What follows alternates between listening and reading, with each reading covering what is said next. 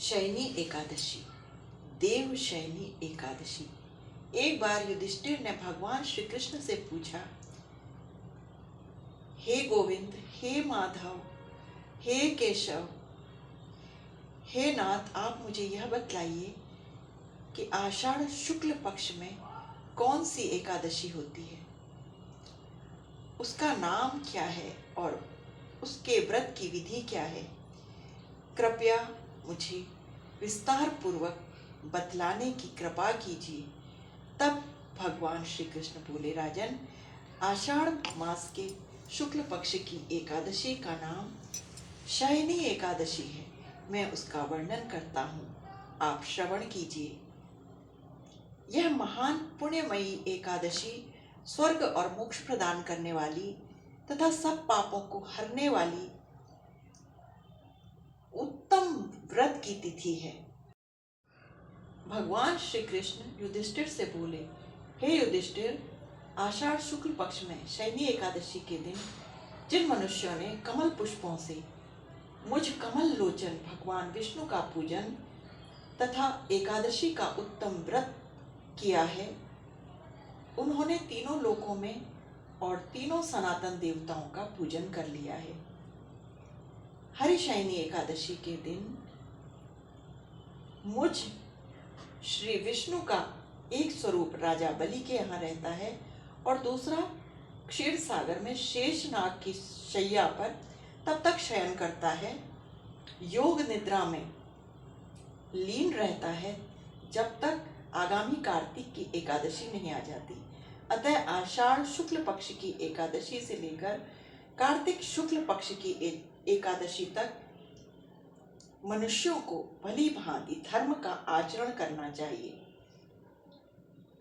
चातुर्मास के इस पवित्र समय में कठोर ब्रह्मचर्य के व्रत का पालन कर मनुष्यों को इस व्रत का अनुष्ठान करना चाहिए। मेरे मंत्रों का जाप करना चाहिए, अनुष्ठान करना चाहिए। ऐसे मनुष्य परम गति को प्राप्त होते हैं। इस कारण यत्न पूर्वक शयनी एकादशी की व्रत का पालन कर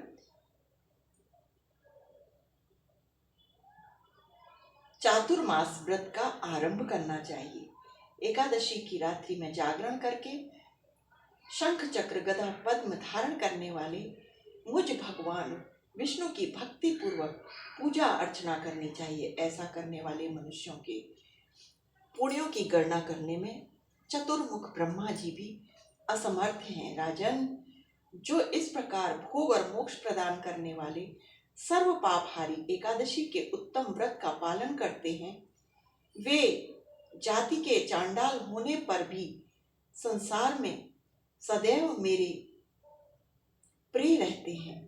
जो मनुष्य एकादशी की रात्रि में दीप दान करते हैं, चातुर्मास में पलाश के पत्तों में भोजन कर व्रत का पालन करते हुए चातुर्मास व्यतीत करते हैं, वे मेरे प्रिय हैं। चातुर्मास में भगवान विष्णु योग निद्रा में लीन रहते हैं, इसलिए मनुष्यों को भूमि पर शयन करना चाहिए।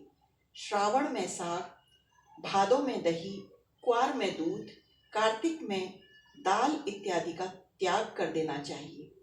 जो मनुष्य चातुर्मास में ब्रह्मचर्य का पालन करते हैं, वे परम गति को प्राप्त होते हैं। राजन, एकादशी के व्रत से ही मनुष्य सब पापों से मुक्त हो जाते हैं। अतः यत्न पूर्वक एकादशी का व्रत करना चाहिए, इसको कभी भी विस्मृत नहीं करना चाहिए। शयनी और बोधिनी, हरिशयनी और हरिबोधिनी एकादशी के मध्य में जो कृष्ण पक्ष की एकादशियां होती हैं, उनका भी व्रत करना चाहिए। दोनों ही पक्षों की एकादशी में भेद नहीं करना चाहिए। दोनों ही पक्षों की एकादशी समान रूप से व्रत के पालन करने योग्य मानी गई है।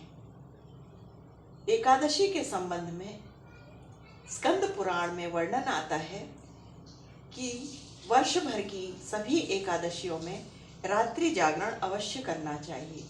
यदि सभी एकादशियों में रात्रि जागरण संभव न हो तो शयनी और देवशयनी और देव उठी एकादशी में तो रात्रि जागरण, नृत्य और भजन कीर्तन अवश्य करना चाहिए। रात्रि के 4 प्रहर में भगवान शालिग्राम की पूजा करनी चाहिए। 4 प्रहर रात्रि में भगवान श्री विष्णु का महाअभिषेक पंचामृत आदि से करना चाहिए। 4 प्रहर में भगवान शालिग्राम का तुलसी से सहस्त्र अर्चन और नृत्य गायन इत्यादि करना चाहिए।